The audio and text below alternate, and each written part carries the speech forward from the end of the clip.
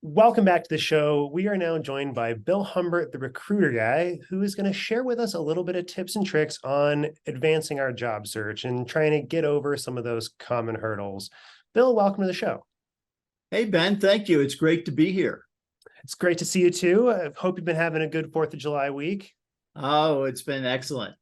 Fantastic. So I know a lot of job seekers can encounter a bunch of different hurdles in the process of finding a new job, whether they left their previous career because of some issues with the company or if they were perhaps let go.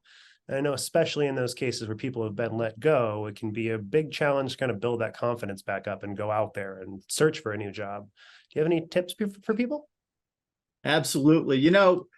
The element that may slow their search, at least initially, is fear. That's the big boogeyman.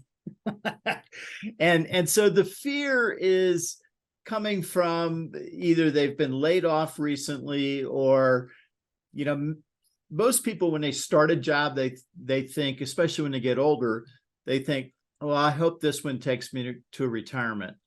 And if they get into that job and they find out it's not what they thought it was going to be, and then they kind of suffered through a couple of years or a few years, they know they have to get out of there.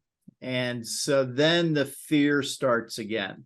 So it either comes from being laid off or making that decision you have to go.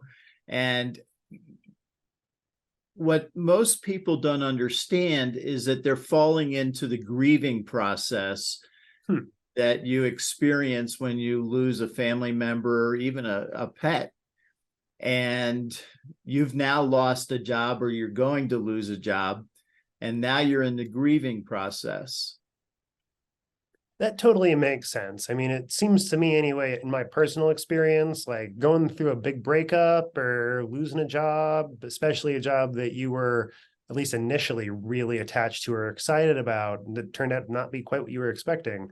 A lot of times that can be a really difficult mental hurdle to get up and a big shot to the self-confidence. How would you recommend getting people to kind of get over that hurdle and try and move on with that next step, especially when facing a big change? Well, Ben, different authors have one or more steps, but in my book, Expect Success, The Science of the Over 50 Career Search, I list these 5 steps of grieving that you have to work through. It's not a literal thing, or it goes and goes and goes. And then sometimes you slide back to one of the previous steps, and that's sad, but that does happen.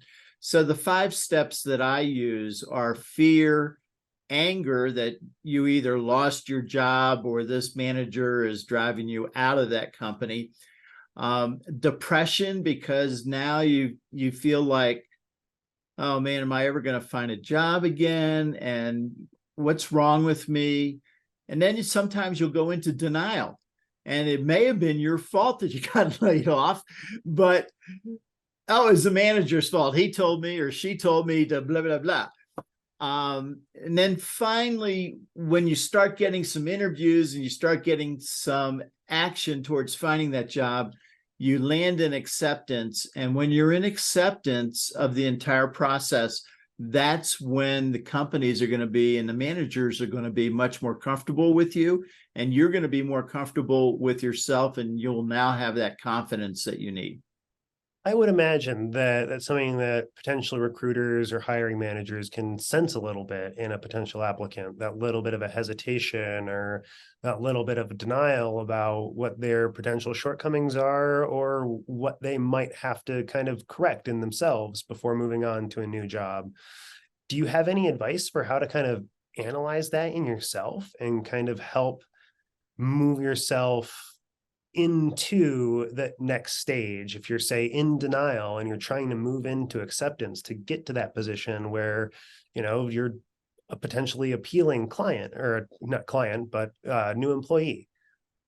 So you're right. I've been a recruiter since 1981, and I can watch a person's expressions, and I'm very empathetic, and so my sphere of being able to feel things goes beyond my body. And I can sense people's fear, their anger, even if they're not trying to express it. And really everything, I can tell almost instantly when they're lying. And that's not a good thing for candidates to lie, number one. But number two, it's really bad if the manager catches them in one. So what I suggest they do is a couple of steps, and it's really important. One is to make a list of all of the things that you do well professionally and all the things you do well personally, and then put an asterisk next to the ones that you do well that you enjoy doing. And if you do that, what you're doing is you're building your confidence and you're reflecting on things that you did well. And by putting an asterisk next to the things that you do well, but you really don't want to do those other things, now you know what to focus on in a job. And that really builds your confidence too. So building that confidence is that first step. So armed with that list, then that's going to kind of help us navigate our way towards something that we're more interested in and is a better fit. What are some other steps to kind of expand your network or get some more opportunities coming in? Well, my book, one of my steps in my book is fight fear with action. And that works amazingly well because as you're doing things that are positive, you're building your network, and building a network, all you do is you just list everybody that you know. Could be people, if you're older, you could be people that you stood on the sidelines with watching your kids play soccer or baseball or basketball or music, dance, doesn't matter. It could be neighbors or former neighbors who just love to hear from you. It could be former people that you worked with, so you can build a pretty big list. And I suggest that people work really hard to get to a list of 500 people. And and every time I say that, I saw the look on your eye just now. And that's what I see. 500 people. Oh my God. Do I even have 500 friends? Oh, you do. If you were in school, how many did you know in school? I mean, people are everywhere. That's the wonderful thing about us humans. We're everywhere.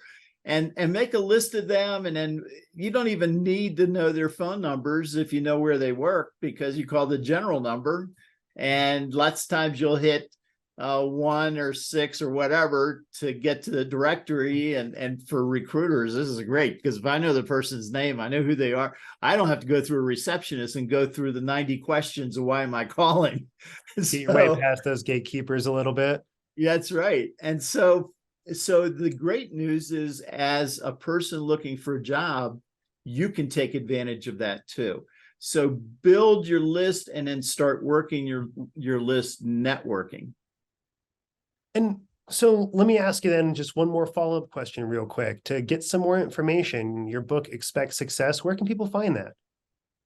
Well, I like to say it's everywhere. It's probably not, but you can get it on Amazon. You can get it on Barnes and Noble, both of them online. You can get it on Walmart online. If you want to shop Walmart, go for it. So you can get it there. And then I like to say it's in discerning independent bookstores around the country. Fantastic. And if they're looking for more information about you, where can they find you?